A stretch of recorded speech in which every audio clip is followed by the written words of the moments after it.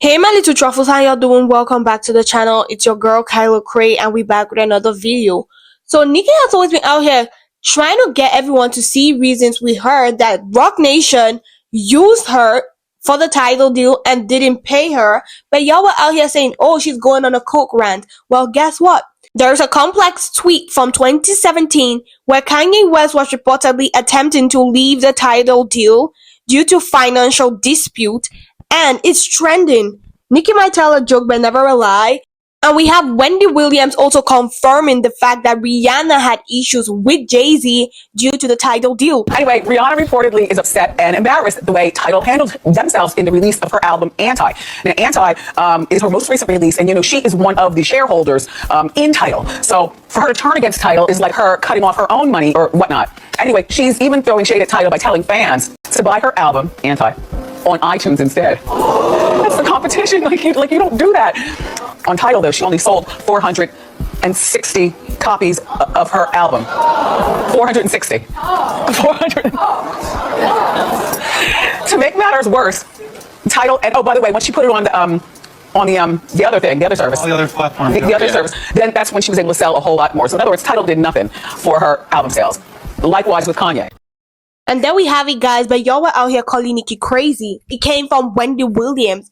So apparently, Jay was not just sabotaging Nicki's, but also Rihanna and Kanye West.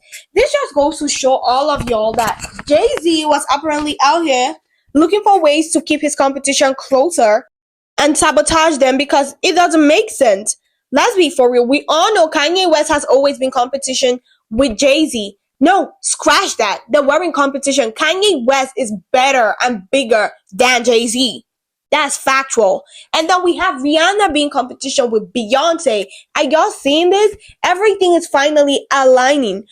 Jay-Z needs to pay up for all the crimes he's committed. Y'all just hated Nicki coming out to spill the tea.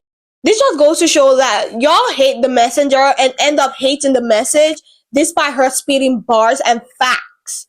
And it's all because the industry has painted her to be someone who goes on coke rant, despite the fact that she's taken the hair follicle test, proving she's not on coke.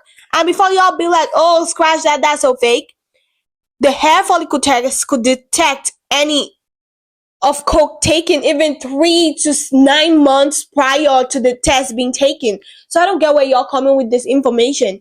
Y'all out here dragging everyone aside the real ops. And that's Rock Nation, Jay-Z, and Desiree Perez. Y'all need to stop. But what's kind of scary in all of this is I hope Nicki is careful and working 10 times harder than Jay-Z and Rock Nation, because we all saw what happened to Rita Ora, Mia, who tried to fight against Rock Nation. And knowing these people, they don't fight fairly. They use people and fight dirty. Y'all see what Jade is out here doing. He's out here doing desperate, spiky moves just to spite Nicki, allowing Cardi B to use his imaginary player sample on her track just because he knows he can't fight Nicki directly, so he's gonna use Nicki's ups. And too dumb Cardi B is out here getting used and allowing herself getting used. Honey, you're gonna pay back. Knowing Jay-Z, he don't do ish for free. You know, his daughter or his son, which is still out here neglecting and denying to take the paternity test. Just saying. So there's this tweet which is currently trending where people are asking the question and asking for accountability from Beyonce, saying Beyonce has been in the industry for over 30 years, but she's never collaborated with many black female R&B artists. Remember when Beyonce told black women to bow down? She hasn't done anything to push the genre forward for black women because she always wanted to be the only one. Do y'all agree with that? Absolutely, girl. That's what Beyonce has been doing. And that's why if y'all see she doesn't promote Chloe Bailey, she doesn't promote Halle Bailey, these girls need to leave Packwood Entertainment. Let's get it. Facts. Are they ever going to be bigger than Beyonce? Absolutely not. Beyonce is good in multiple categories. The dance moves. Like, she's really versatile. But it doesn't change the fact that there is potential in Chloe Bailey and Hailey. But she doesn't push them. She doesn't bring them out on her tour to perform, to give them a grander audience. She doesn't promote their music. She doesn't push their music. Are y'all seeing where all of this is headed? Yeah, I'm trying to say this. She doesn't like pushing black women because she know they're gonna be competition. So she like, I think that was one of the highest reason why she signed Chloe and Haley to her record label Packwood Entertainment. It's high time y'all leave or y'all gonna stay there and your career's gonna suffer for the longest. Do y'all agree with me on that? Let me know.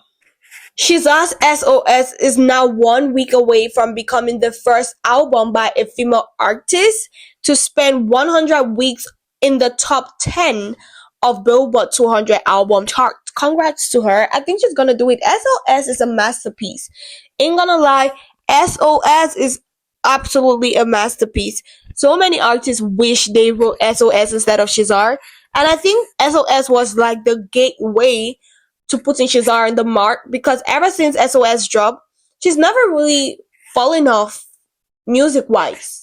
Y'all feel me? And coupled with the fact she did the collaboration, the Luta with Kendrick, all the trend, all the chaos, she's still popping. She's using every issue to an advantage by betraying people. A B word that betrays you ain't gonna be trusted.